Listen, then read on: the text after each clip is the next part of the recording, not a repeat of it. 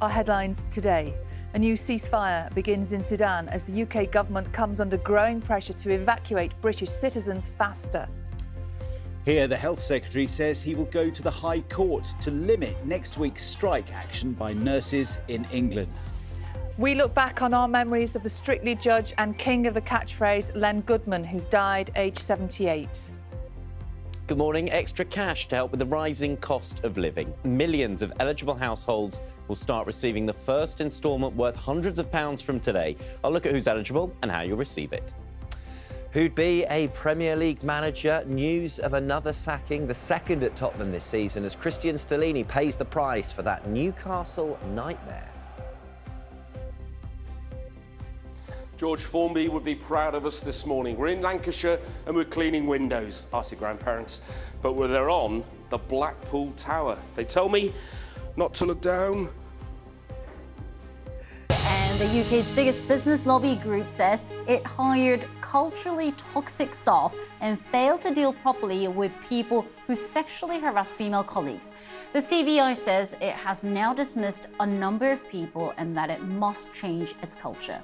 The group has been engulfed in scandal since allegations of misconduct, even rape, have emerged, and many key businesses have deserted it. An organisation that was over-complex for its size, too many layers, too many managers, not trained enough in these sensitive people issues. The people and cultural agenda was not top of mind. It wasn't, the HR director didn't sit on exec committee. The board didn't hear very much about people issues. We've addressed that through this report as well. So a combination of a number of failings that led together to be a more serious overall failing. The UK government wants the High Court to assess whether the last day of a nurses' strike in England is unlawful. It believes the walkout on Tuesday falls outside the Royal College of Nursing's 6-month mandate for action. The Royal College of Nursing, though, has accused ministers of using draconian anti-union legislation. A BBC investigation found that a third of the nearly £600 million funding the UK government allocated to its tutoring programme has not been spent. This means it'll be returned to the Treasury. The scheme is meant to help children in primary and secondary schools catch up after COVID lockdowns. The government said it has helped millions of children, but the opposition Labour Party called the scheme a shocking failure. Voters who don't have photo ID, such as a passport or a driving licence, will need to register for a special certificate by 5 o'clock today in order to vote in local elections on the 4th of May.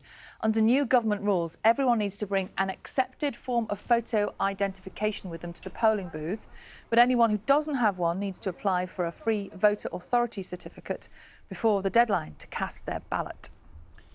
New government rules are set to be introduced aimed at helping us manage our online subscriptions, forcing websites to check whether product reviews are genuine and easing the market dominance of the world's giant tech firms. The government's Digital Markets, Competition and Consumer Bill will come into force as soon as possible following parliamentary approval. People are buying and selling reviews for Amazon, for Google Maps, for all sorts of business websites that basically mean that you can't trust the 5-star reviews that you might rely on when you're picking a product or a service. And what this bill would do would make the practice of buying or selling those reviews completely illegal. Humza Yousaf met Rishi Sunak yesterday for the first time since succeeding Nicola Sturgeon as First Minister of Scotland. Mr Yousaf told the BBC he had urged the Prime Minister to allow a second independence referendum and criticised the Foreign Secretary James Cleverly for insisting that all meetings between Scottish ministers and foreign governments must be organised through London.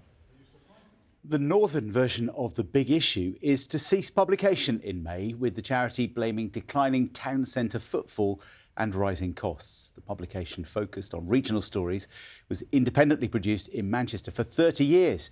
Vendors in the north will still be able to sell the Big Issue UK to earn an income. Shall we look through the other front pages today? This is the Times leading with the race to save thousands of British citizens trapped in Sudan. It's reporting that 2 British ships are now preparing to assist with any evacuation. It says that an RAF transport aircraft carrying British troops has now arrived in Port Sudan. We're watching that closely. Well, the Mirror also leads with that conflict, reporting that pressure is mounting on the government to rescue 71 NHS doctors trapped there. And of course, as you can see from the picture, the paper also featuring Len Goodman, who we've just been talking about. And just after 8 this morning, we're going to be speaking to the former Strictly Come Dancing judge, Dame Arlene Phillips, about her memories of Len. We're also going to be chatting to Carol about her friendship with Len, because she worked with him such a lot. And do let us know yours as well, if you know what Len meant to you. Let's have a look at some of the other papers. The Foreign Secretary, James Cleverly, urging China to come clean about its biggest military build-up in peacetime, warning of a threat of a new Cold War with Beijing. That's according to this morning's Daily Telegraph. And BBC News Online has been taking a look at some of the pictures from last night's Northern Lights across England, which actually made the sky purple. We should see if there are any more pictures as well, because apparently the last few hours it's been stunning too, even in parts of southern England, which doesn't normally get a glimpse of the Northern Lights, but not so the northern anymore. Yes. So what's dominating this morning's front pages? Let's take a look then. Let's kick off then with the Eye, which focuses on the escalating crisis in Sudan, with a headline there: Brits face a 3-day drive to reach Royal Navy ships. Now, the Times also leads on the conflict, calling it a race against time to save the 4,000 British nationals still trapped in the country. Now, among those are 71 NHS doctors, that's according to the Mirror. The Metro simply says, get them out. The Guardian leads on the CBI, whose president has admitted that its future is in doubt after failing to filter out what he calls toxic people. The Financial Times says that the Prime Minister and his Chancellor are being pressed to deliver over their pledge to mend ties with business. And it's a similar story there featuring on the front of the Daily Mail. And the Telegraph focuses on Foreign Secretary James Cleverly, who's urging China to come clean on the biggest military build-up in history. The Express says Rishi Sunak has promised to preserve the rights of women here in the UK. And The Sun reports on the death of former Strictly judge Len Goodman. The headline there: no, Len, you were a perfect 10.